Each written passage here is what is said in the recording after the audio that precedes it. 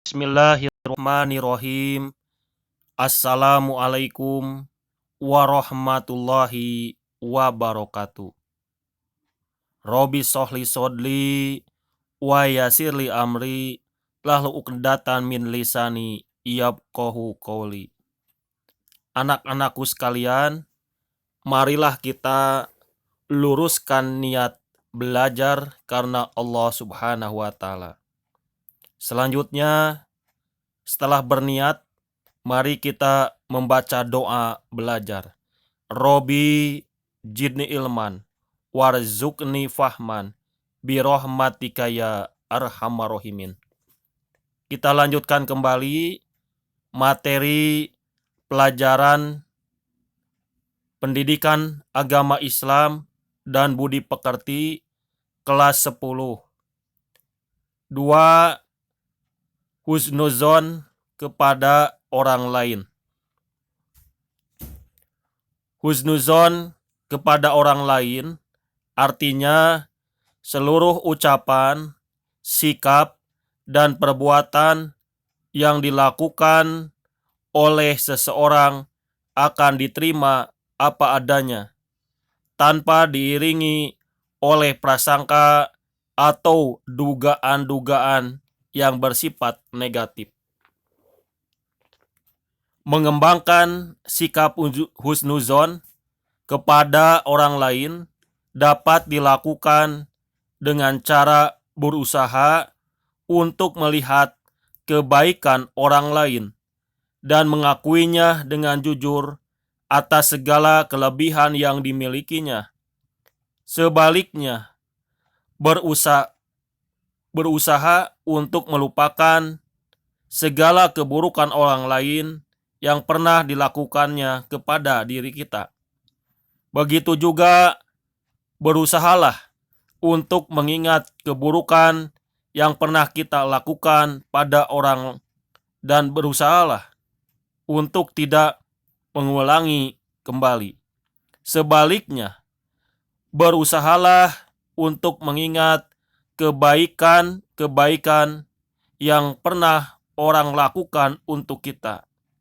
Sebagai muslim yang juga harus hidup berdampingan dengan sesama muslim yang lain serta menghormati hak dan kewajibannya. Rasulullah Shallallahu alaihi wasallam bersabda di dalam hadis riwayat Tirmizi, An Abi Hurairah radhiyallahu anhu qala Rasulullah Shallallahu alaihi wasallam al muslimu mang salimal muslimuna mil lisanihi wa yadihi, rawahu Tirmizi. Artinya, dari Abu Hurairah radhiyallahu anhu, dia berkata, Rasulullah Shallallahu alaihi wasallam bersabda, seorang muslim yang sejati adalah orang yang dengan muslim lainnya selamat dari bahaya lisan dan tangannya. Terjemahan hadis riwayat Tirmizi. Hadis tersebut menjelaskan seorang muslim harus menjaga lisannya. Ucapan kepada orang lain, terutama sesama muslim, harus lemah lembut dan tidak mengandung kebohongan, guna menghindari buruk sangka.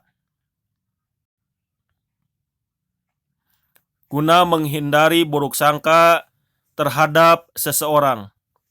Islam mengajarkan untuk melakukan tabayun bila mendapat informasi negatif tentang seseorang. Tabayun artinya check and recheck atau cross check kebenarannya. Apakah berita ini benar atau tidak benar? Jadi harus dicek.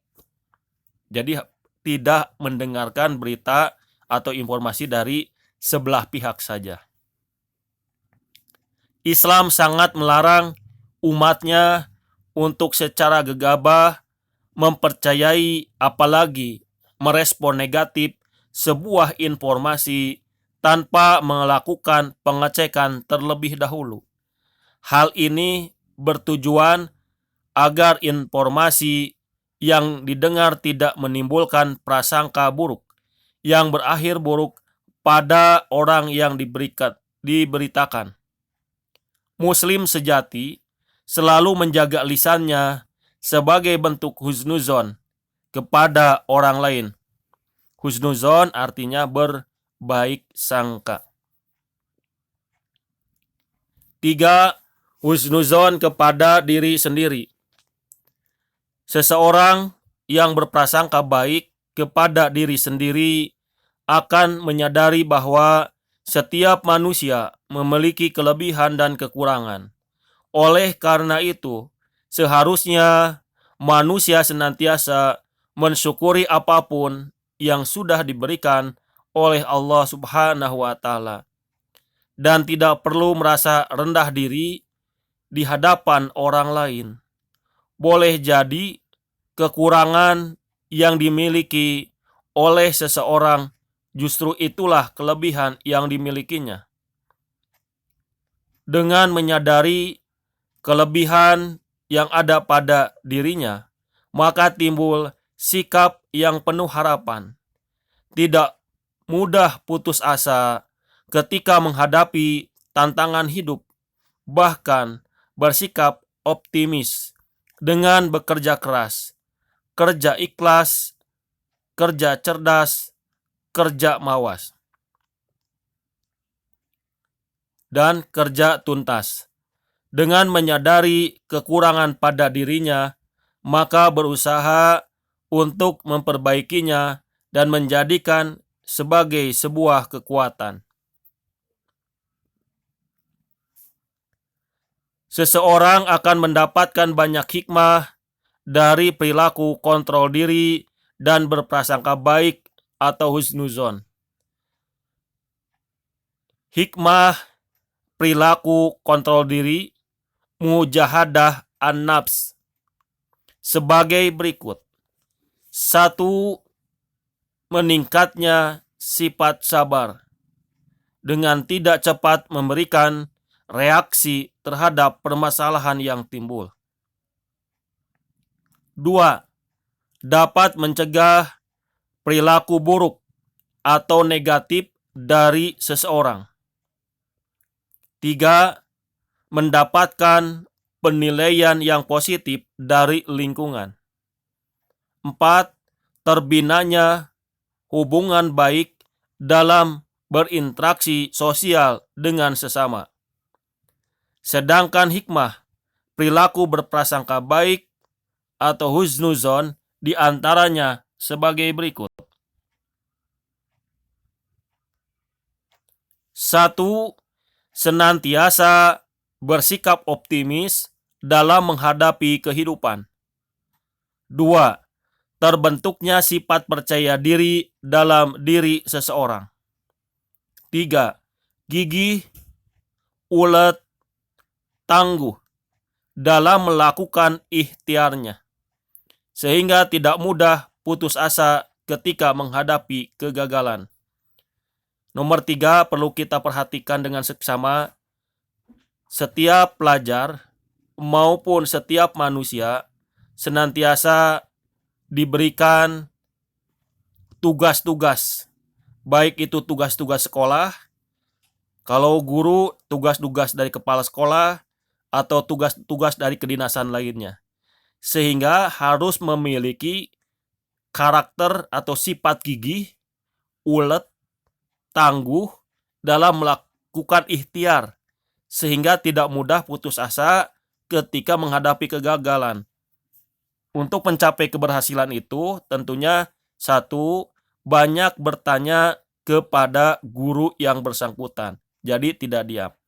Apabila ada kesulitan-kesulitan apapun silahkan bertanya. Baik di media sosial, di telepon melalui WhatsApp, atau langsung ketemu janjian di sekolah. Jadi supaya tugas-tugasnya itu selalu dilaksanakan. Perlu Bapak ingatkan kepada diri Bapak juga, Bapak ingatkan kepada anak-anak Bapak semuanya, bahwa Allah Subhanahu wa Ta'ala terus menguji kepada diri kita. Sejauh mana kita mampu melaksanakan ujian-ujian yang diberikan oleh Allah Subhanahu wa Ta'ala.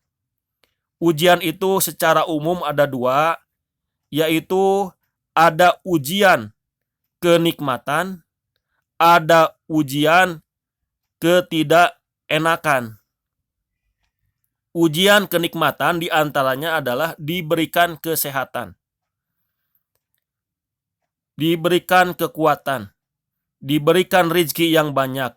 Yang dimaksud dengan ujiannya itu dengan diberikan kesehatan, dengan diberikan kekuatan, dengan diberikan kemampuan, dengan diberikan kemudahan, dengan diberikan keamanan, dengan diberikan keselamatan, apakah semakin meningkat iman dan takwanya kepada Allah Subhanahu wa Ta'ala atau tidak? Begitupun Allah Subhanahu wa Ta'ala memberikan ujian yang tidak mengenakan menurut ukuran manusia. Satu, misalkan kita diberikan sakit, ya. Dua, kita kurang diberikan rezeki. Kemudian kita selalu tidak sukses dalam melaksanakan tugas. Nah, hal tersebut juga sama dengan ketidakenakan. Menurut manusia, apakah itu akan semakin dekat kepada Allah Subhanahu wa Ta'ala atau semakin jauh? Nah, inilah yang perlu kita sadari bersama, bahwa bagaimanapun Allah Subhanahu wa Ta'ala senantiasa memberikan tugas, memberikan ujian kepada kita setiap hari. Baik, nah itulah nasihat yang perlu kita cermati bersama-sama, baik untuk diri Bapak maupun untuk anak-anakku sekalian. Kita lanjutkan lagi kepada materi, kita baca lagi bersama. 4. Ridho terhadap takdir Allah Subhanahu wa Ta'ala. Karena tugas manusia hanya berusaha dan yang menentukan adalah Allah Subhanahu wa Ta'ala.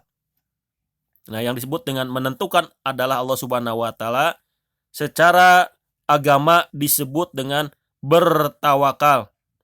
Ulangi lagi, bertawakal. Segala sesuatu hasilnya hanya Allah yang Maha mengetahui. G. Menghafal ayat Quran surat Al-Hujurat, Quran surat ke-49 ayat ke-12. Aktivitas 1.7.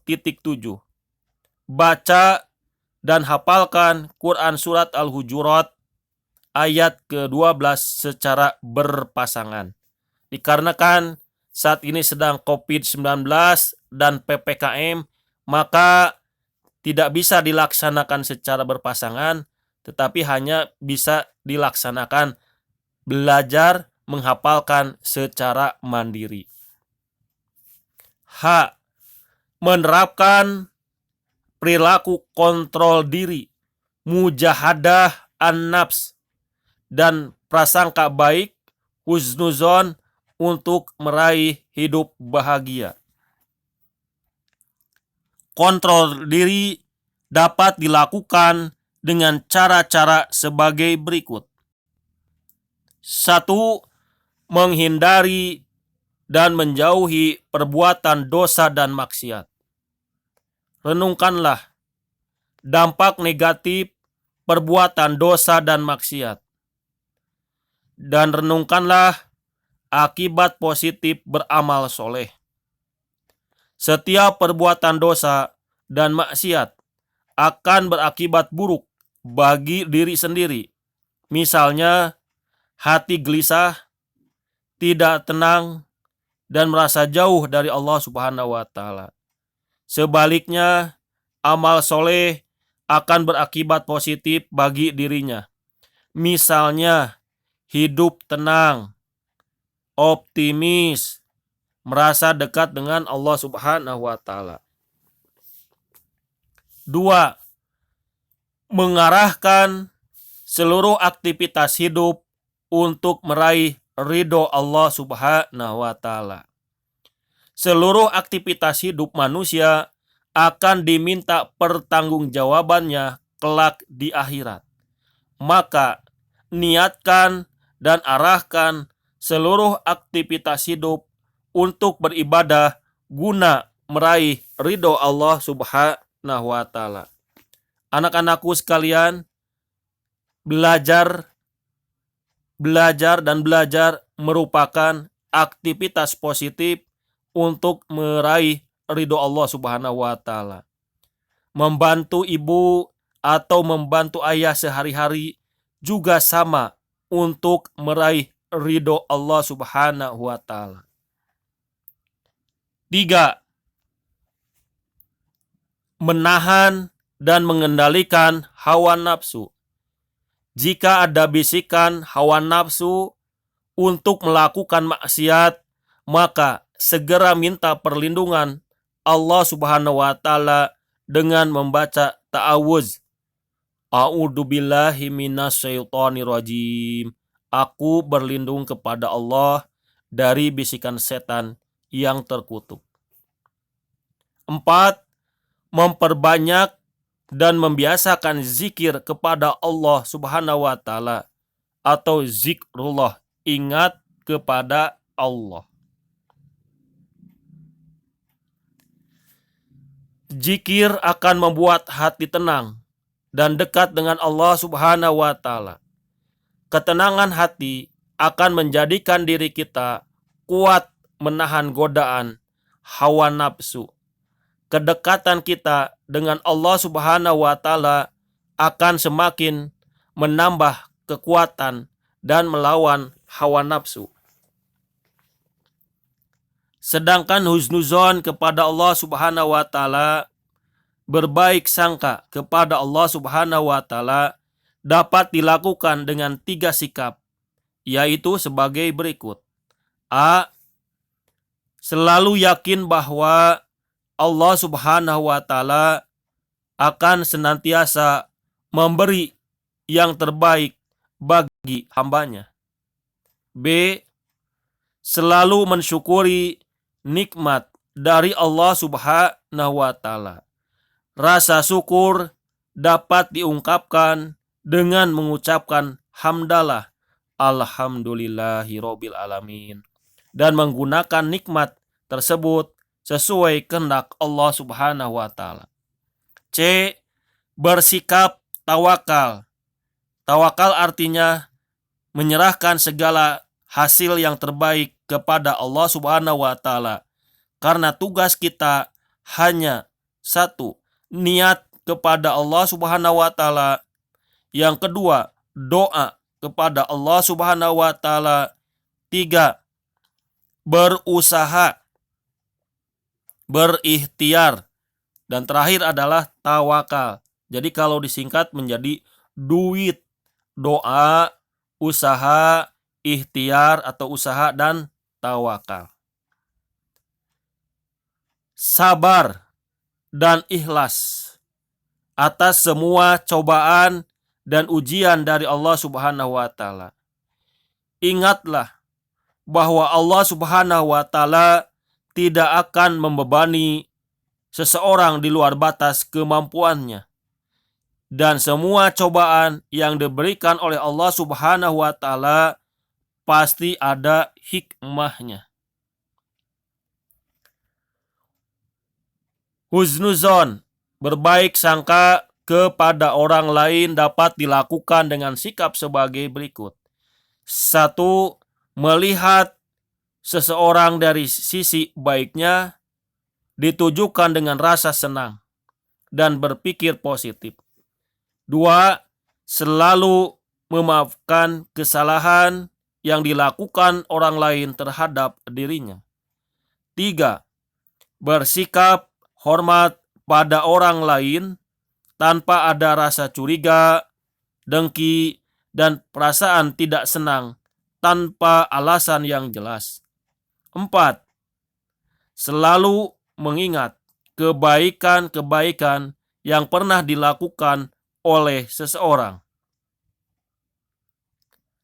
Melupakan kesalahan yang dilakukan orang lain terhadap dirinya.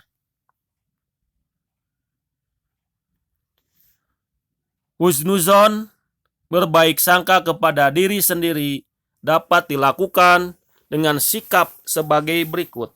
1. Yakin bahwa dirinya mampu melakukan segala sesuatu tanpa bantuan orang lain. 2. Selalu yakin dapat menyelesaikan semua masalah, tantangan hidup, dan tidak putus asa bila menemui kesulitan atau kegagalan. 3. Berusaha sekuat tenaga untuk mencapai semua keinginan dengan kerja keras, kerja ikhlas, kerja tuntas, dan kerja mawas, penuh dengan inisiatif untuk meraih cita-cita. 2. Quran Surat Al-Hujurat ayat ke-10 tentang persaudaraan atau ukhuwah. Membaca Quran Surat Al-Hujurat ayat ke-10. A'udzu billahi minasyaitonir rajim. Bismillahirrahmanirrahim. Innamal mu'minuna ikhwatun fa aslihu baina akhawyakum wattaqullaha la'allakum turhamun. B. Mengidentifikasi tajwid Quran Surat Al-Hujurat ayat ke-10. Kolom nomor, kolom lafaz, kolom bacaan dan hukum, dan kolom alasan. 1. Lafaz ihwatung fa'aslihu. Hukum bacaannya adalah ihfa. Alasannya karena domah tanwin bertemu huruf fa yang hurufnya berwarna biru. Ihwatung fa'as. Jadi domah tanwin ketemu huruf fa. 2. Lafaz la'allakum turhamun. Nah, mim mati ketemu ta. Hukum bacaannya adalah idhar sapawi karena mim sukun bertemu huruf ta. Aktivitas 1.8. Setelah membaca dan mencermati contoh ulasan tajwid di atas, tulislah seluruh hukum bacaan tajwid dalam Quran Surat Al-Hujurat ayat ke-12 beserta alasan di buku tugas. C. Mengartikan perkata Quran Surat Al-Hujurat ayat ke-10.